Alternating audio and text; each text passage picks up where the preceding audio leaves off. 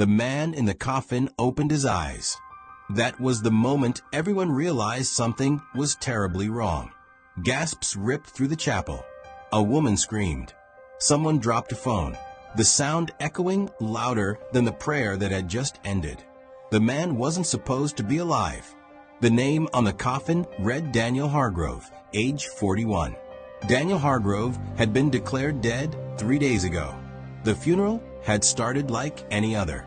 Gray skies, soft rain, a chapel filled with people who hadn't spoken in years, but suddenly shared memories like currency. Flowers lined the aisle. The smell of polished wood and grief hung heavy in the air. Daniel's wife sat in the front row, hands clasped so tightly her knuckles had gone white hours ago. Her face was still, no tears left. Behind her, Daniel's younger brother, Lucas, stood silently. His eyes hadn't left the coffin since the service began. Not once. The pastor cleared his throat. "We are gathered here too." The sound interrupted him. A low, strained inhale. At first, people thought it was a malfunctioning speaker. Then the coffin lid moved. Just slightly. Lucas stepped forward instinctively. The lid lifted again. Daniel's hand appeared. Alive. Chaos followed instantly. People rushed forward. Others backed away in horror. The pastor stumbled. Someone shouted to call an ambulance. Daniel sat up slowly, blinking, confused, as if waking from a long, terrible dream. "Why is everyone looking at me like that?" he asked. His voice cracked. His wife fainted. 30 minutes later, the chapel was empty. Police tape sealed the doors. Paramedics loaded Daniel into an ambulance, while reporters swarmed the street outside. Lucas watched it all from the steps, heart pounding, because he knew something no one else did. Daniel hadn't just come back. Daniel was never meant to wake up. 3 nights earlier, Lucas had stood in this same chapel, alone. The coffin had been delivered early, sealed, paperwork finalized. Daniel's death certificate already signed. Lucas remembered staring at the nameplate for a long time. He also remembered the envelope in his coat pocket, the one Daniel had left for him. Back in the hospital, doctors ran tests. Daniel was dehydrated, weak, disoriented, but alive, and terrified. "I remember being unable to move," Daniel whispered to a nurse.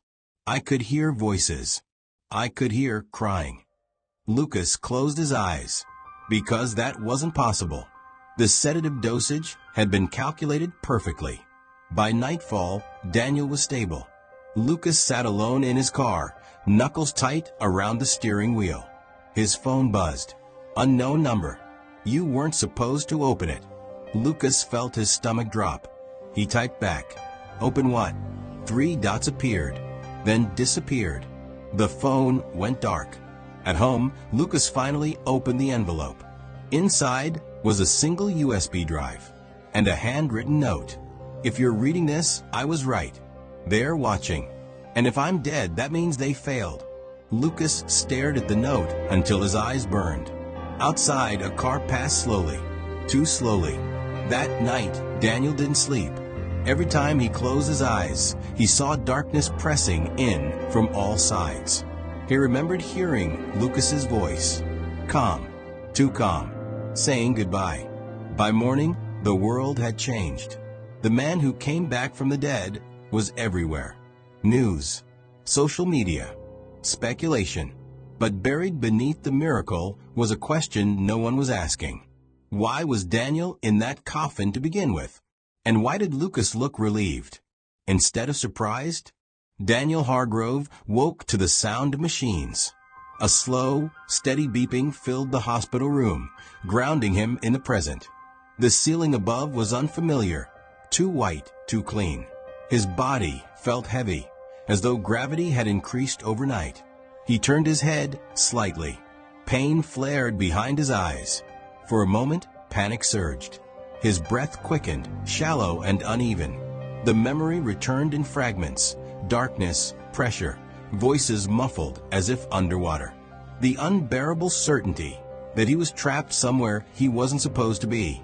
alive, but not allowed to move. A nurse noticed his movement and rushed to his side. "Easy," she said softly. "You're safe." Safe. The word didn't sit right. By midday, the hospital corridor outside Daniel's room had become a controlled storm. Doctors came and went. Hospital administrators whispered in corners. A police officer stood quietly near the door, pretending not to listen. Officially, Daniel's case was being called a medical anomaly. Unofficially, no one knew what to say. The man had been embalmed. Or, at least, he was supposed to have been. Lucas arrived late in the afternoon. He paused outside the room, hand hovering near the door handle. For the first time since the funeral, doubt crept into his expression. This wasn't how it was meant to unfold. When he stepped inside, Daniel turned his head slowly. Their eyes met. For several seconds, neither spoke. "You look like you've seen a ghost," Daniel said finally, forcing a weak smile. Lucas swallowed. "I could say the same." Daniel studied his brother's face. Something was off. Lucas looked relieved, but also tense, like a man who had narrowly avoided disaster rather than witnessed a miracle. "They told me you were here," Daniel said. "At the funeral." Lucas nodded. "I was." Another silence. Daniel's voice lowered. "You said goodbye." Lucas stiffened. "I heard you," Daniel continued. "I couldn't move, but I heard you. You said, 'This is for the best.'" Lucas exhaled slowly. "You were under heavy sedation." "I wasn't dreaming." The words landed hard between them. Later that evening, the doctors left them alone. Rain tapped softly against the window. Daniel shifted in the bed, wincing. "Something's wrong, Luke." Lucas leaned back in his chair. "You just woke up from a traumatic experience." "That's not what I mean." Daniel's gaze sharpened. "I remember signing papers. I remember you being there." Lucas didn't answer. "I remember you pushing for it," Daniel said. "The assisted death request. You said it was what I wanted." Lucas looked away. "You did want it," he said quietly. "You were in pain. You were scared." Daniel shook his head slowly. "I wanted time." The words hung heavy. Across town, a black sedan idled beneath a streetlight. Inside, a man watched the hospital through binoculars. "They're together," he said into his phone. A calm voice responded. And the wrong one is asking questions." A pause. Then accelerate phase 2. The line went dead. That night, Daniel couldn't sleep. Every time he closed his eyes, the same sensation returned. The crushing stillness, the certainty that his body had been sealed away while his mind screamed. At 2:17 a.m., he heard footsteps outside his room. The door opened quietly. Lucas stepped inside. "You should be resting," he said. Daniel watched him closely. "What aren't you telling me?" Lucas hesitated. Then he reached into his jacket. He placed the USB drive on the bedside table. Daniel stared at it. "What's that?" "Insurance," Lucas said. "Something you gave me before everything went wrong." Daniel frowned. "I don't remember that." "You weren't supposed to," Lucas replied. The room felt colder. In the early hours of morning, the hospital's security system glitched. Just for 12 seconds. No cameras. No logs. When it came back online, nothing appeared wrong. Except one thing. Daniel's medical file had been accessed and copied. By sunrise, news vans lined the street again. The miracle man was still alive. But behind the scenes, quiet decisions were being made. Mistakes had occurred. And mistakes like Daniel Hargrove didn't get second chances. Lucas stood by the window, watching the city wake up. Daniel slept fitfully behind him. The phone in Lucas's pocket vibrated once. "You're losing control." Lucas didn't respond, because deep down he knew the truth. Daniel surviving the funeral wasn't the problem.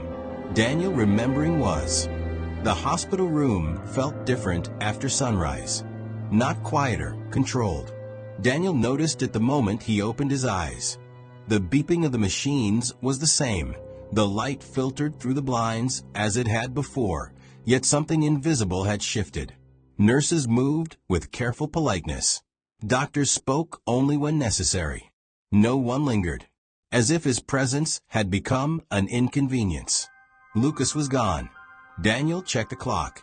8:06 a.m. The chair by the window sat empty. The jacket Lucas had draped over it the night before now missing. The USB drive was gone too. A tight knot formed in Daniel's chest. By mid-morning, a doctor entered with a clipboard and a smile that didn't quite reach his eyes. "Mr. Hargrove," he said, "we're going to run a few additional tests." Daniel frowned. "More tests? I thought you said I was stabilizing." "You are," the doctor replied smoothly. "This is precautionary." Daniel watched as the man avoided his gaze. "When can I leave?" Daniel asked. The doctor hesitated for a fraction of a second. "That's still under discussion." Across town, Lucas sat in his car, engine off, hands gripping the steering wheel. The USB drive rested in the cup holder between the seats. He hadn't opened it yet. He told himself he was protecting Daniel, that everything he'd done, every form signed, every call made, had been about mercy. But the message from the night before replayed in his mind. "You're losing control." Lucas finally picked up the drive. The files loaded slowly. Medical records, legal documents, time-stamped audio files. Then a folder labeled, simply, "Final Authorization." Lucas opened it. The screen displayed a video. Daniel appeared on it, pale, thinner than Lucas remembered, sitting upright in a hospital bed. But his eyes were clear. "I'm recording this in case I don't make it," Daniel said calmly. "If you're watching this, then something went wrong." Lucas's breath caught. "I agreed to assisted death under one condition," Daniel continued, "that the process would stop if there was any sign of recovery, any sign at all." The video paused briefly, then resumed. "If you're seeing this after I've been declared dead, then that condition was violated." Lucas slammed the laptop shut. His hands trembled. Back at the hospital, Daniel's unease deepened. A nurse disconnected one of his monitors without explanation. Another adjusted his force settings, avoiding conversation. When Daniel asked what medication was being administered, the answer was vague. "Standard protocol," she said. "Standard for what?" Daniel pressed. She smiled politely and left the room. Daniel stared at the Ford drip.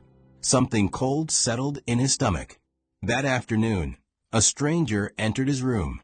Not a doctor, not a nurse. A man in a gray suit, hair neatly combed, expression neutral. "I hope I'm not interrupting," the man said. Daniel sat up slightly. "Who are you?" The man smiled faintly.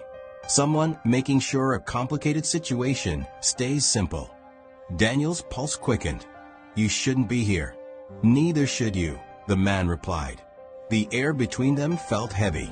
"You were declared deceased," the man continued. "Paperwork was filed, arrangements made. And yet," Daniel said, "I'm breathing." The man nodded. "Yes, that's the complication." Lucas drove without direction. The city blurred past him as pieces began to fall into place. The pressure to sign, the speed of the approval, the way certain people had been unusually helpful. This hadn't been about compassion. It had been about convenience. Lucas pulled over and reopened the laptop. Another file autoplayed. An audio recording. Daniel's voice again, weaker, but unmistakable. "If you're hearing this, Lucas, then you did what you thought was right," Daniel said. "I forgive you for that." Lucas squeezed his eyes shut. "But listen carefully," Daniel continued. "There are people involved who benefit from me not waking up. If I survive, don't trust anyone who tells you it was an accident." Lucas's phone vibrated. Unknown number. He didn't answer. In the hospital room, the man in the gray suit stood. "I'll be direct," he said. "Mistakes happen. Sometimes they're corrected quietly." Daniel's voice was steady. "And if I refuse to be corrected?" The man's smile vanished. "Then things become uncomfortable." Daniel met his gaze, without blinking. "I've already been buried once," he said. "You'll have to do better than discomfort." For the first time, the man hesitated. That night, the power flickered. Just once. Enough for the machines to pause before restarting. Daniel's heart raced as alarms chirped briefly, then fell silent again. When the lights stabilized, he noticed something new on the bedside table. A phone. Not his. The screen lit up with a single message. "Run." Somewhere nearby, Lucas turned his car around. He finally understood. Daniel hadn't survived by accident, and the people who buried him once were preparing to finish the job. Daniel realized something was wrong long before anyone told him. It wasn't the pain, though there was plenty of that. It wasn't the machines, the sterile smell, or the muffled beeping that seemed to pulse in rhythm with his chest. It was the way people looked at him. They didn't look relieved. They looked afraid. A nurse stood frozen near the door, one hand gripping the chart too tightly. Her face had gone pale when Daniel opened his eyes, as if she had seen a ghost sit up and start breathing. She whispered something into her radio and stepped back, eyes never leaving him. Daniel tried to speak. His throat burned. Only a dry rasp escaped. The nurse flinched. Within minutes, the room filled with people, doctors, staff, faces he didn't recognize. No one smiled. No one said, "You're going to be okay." They spoke in low voices, careful voices, the kind used around unstable things. "Name?" a doctor asked. "Daniel," he croaked. The doctor hesitated before nodding. "Daniel Foster." "Yes." Another pause. A glance exchanged between two doctors. Daniel noticed everything now. The way his name was written on the board, half erased. The way his wristband looked new, too new. The way the clock on the wall showed a date that made his stomach tighten. "How long was I out?" Daniel asked. No one answered immediately. Finally, the older doctor spoke. "Daniel, you were pronounced dead." The words landed softly, almost gently. Daniel laughed once, a short broken sound that hurt his ribs. "That's not funny." The doctor didn't smile. "Time of death was recorded at 9:42 p.m., he continued. 3 days ago." Silence swallowed the room. Daniel stared at them, at the seriousness in their eyes, at the way the nurse's hand trembled as she adjusted the 4. "That's not possible," Daniel said. But even as he said it, something inside him knew it was. Because he remembered the cold. He remembered the dark. He remembered the stillness, not sleep, not unconsciousness, but absence. Like the world had ended quietly and forgotten to tell anyone. And then breath. Someone whispered, "We need to call administration." Daniel tried to sit up. Alarms immediately screamed, sharp and angry. Hands pressed him back down. "Easy," the nurse said, voice cracking. "Please. Just please." Why was there a funeral? Daniel asked suddenly. The room went still. "How do you?" the doctor began. "I saw it," Daniel said. His heart hammered. "I remember people crying. I remember my sister's voice." No one denied it. Later, much later, Daniel sat alone in the room as night fell. The hospital lights dimmed, but sleep refused to come. Every time he closed his eyes, he felt that same endless quiet pressing in. A knock came at the door. A man entered, plain clothes, mid-40s, calm in a way that didn't belong in a hospital room. "My name is Richard Hale," the man said. "I work with unusual medical cases." Daniel almost laughed. "Is that what I am now?" Richard studied him carefully. "No," he said. "You're something else." He pulled the tablet from his coat and turned it toward Daniel. On the screen was a photograph. Daniel's funeral. The coffin. The flowers. His own name carved into polished wood. "You were dead," Richard said softly. "Clinically, biologically, completely." Daniel swallowed. "Then why am I here?" Richard's eyes hardened. "That's what we're trying to understand." He leaned closer. "But I need you to be honest with me, Daniel." Daniel met his gaze. "While you were gone," Richard asked, "did you see anything?" The question hung between them. Daniel thought of the darkness, the silence, and something else, something he hadn't told anyone yet. A voice, not speaking, not guiding, waiting. "I don't know," Daniel said finally. Richard nodded, as if he expected that answer. "Rest," he said. "We'll talk again tomorrow." When the man left, Daniel looked down at his hands. They were steady, too steady for someone who had died. Daniel was discharged 5 days later, not because anyone believed he was fine, but because no one knew what else to do with him. His heart was strong. His brain scans were clean. His blood work showed nothing that could explain why a man pronounced dead for 3 days was now walking, talking, breathing. There were no medical terms left to hide behind. So they let him go. The hospital doors slid open, and Daniel stepped outside into sunlight that felt almost unfamiliar. The air smelled different, sharper, realer, like the world had adjusted its focus while he was gone. His sister was waiting by the curb. Emma looked thinner, older. Her eyes filled instantly when she saw him. For a moment, neither of them moved. Then she crossed the space between them and wrapped her arms around him so tightly it hurt. "You're cold," she whispered. Daniel swallowed. "I don't feel cold." She pulled back just enough to look at his face, hands gripping his jacket as if he might vanish again. "Don't joke," she said. "Please." "I'm not." They stood there until a car honked behind them. The ride home was quiet, not awkward, careful, as if every word needed permission to exist. Daniel stared out the window as the city passed by. Familiar streets felt altered, like sets rebuilt from memory. He noticed things he never had before: cracks in sidewalks, faded signs, people pausing mid-step for no reason at all. Life moved differently now. At the apartment building, Emma hesitated before unlocking the door. "Your room's the same," she said quickly. "I didn't touch anything." Daniel nodded. Inside, the air felt heavier, still, like the apartment had been holding its breath. His room smelled faintly of dust and old paper. The bed was made, too neatly. On the desk sat a folded program. Daniel recognized it immediately. His funeral. Emma watched his face carefully. "I couldn't throw it away." Daniel picked it up. His name stared back at him in ink. Dates. A photograph taken years ago. "I was there," Emma said quietly. "I watched them lower you." Daniel closed his eyes. That night, sleep came hard. When it did, it wasn't rest, it was memory. He was back in the dark. But this time, it wasn't empty.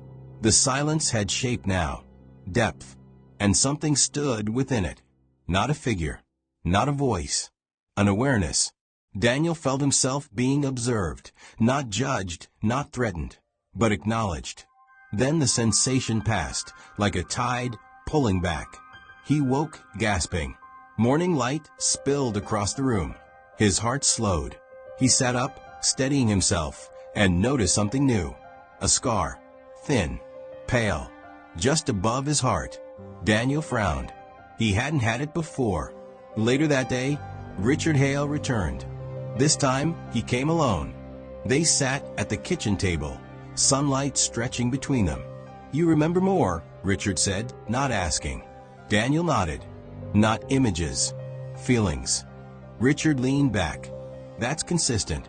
"With what?" Daniel asked. Richard hesitated, then spoke carefully. "There are rare cases, extremely rare, where death doesn't function as an ending." Daniel stared at him. "You mean comas?" "No," Richard said. "I mean interruption." He slid a thin folder across the table. Inside were reports. Old ones. Decades old. People pronounced dead. Gone for hours. Sometimes days. And then returned. "Most don't last long after," Richard said. "Weeks.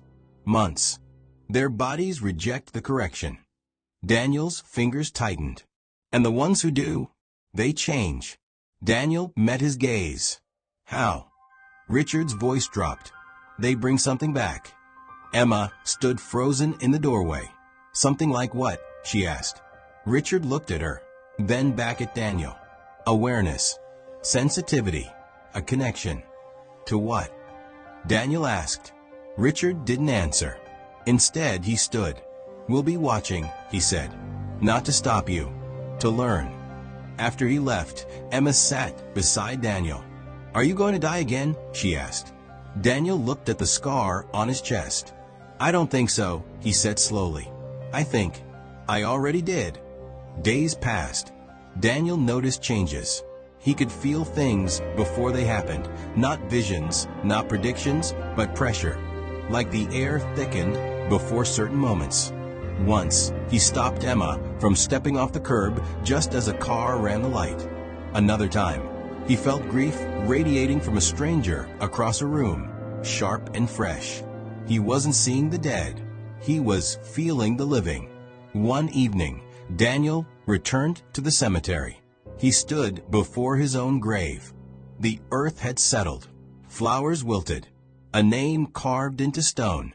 His name. I'm still here, he said softly. The wind stirred. Not an answer, but not silence either. Daniel understood then. Death hadn't given him a message. It had given him perspective. Life wasn't fragile because it ended. It was fragile because it continued. He turned away from the grave and walked back toward the city lights, toward noise, toward people, toward time. Behind him, the stone remained. Ahead of him, the world moved forward, and Daniel moved with it, not as someone who escaped death, but as someone who had already crossed it and come back knowing what it meant to stay.